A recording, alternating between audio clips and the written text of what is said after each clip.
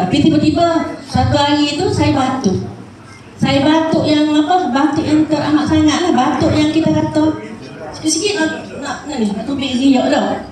Jadi saya cuba ni. Saya kata nak try produk ni ke molek. Jadi saya ambil produk ni. Saya pun dalam air panah.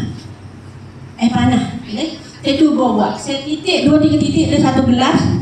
Saya minum. Terus saya minum tu saya kata manisnya.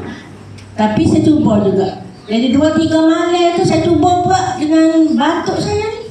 Saya tengok keajaiban ada dari diri saya. Batuk saya tu jadi okey. Saya tak batuk pula.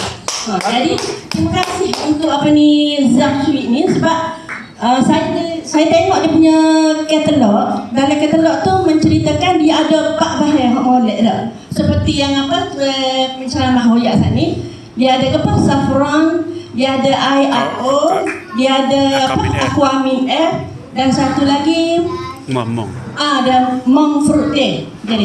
Jadi maknanya dalam situ tu kita tengok benda-benda tu molek. Produk ni memang molek. Jadi saya syorkan mana-mana hak tak cuba lagi, hak nak nak buat bisnes dia, saya syorkan molek, ambillah Zam Sweet. Cuba untuk diri kita sendiri, untuk kesihatan diri kita. Cuba ambil. Jadi gitu je.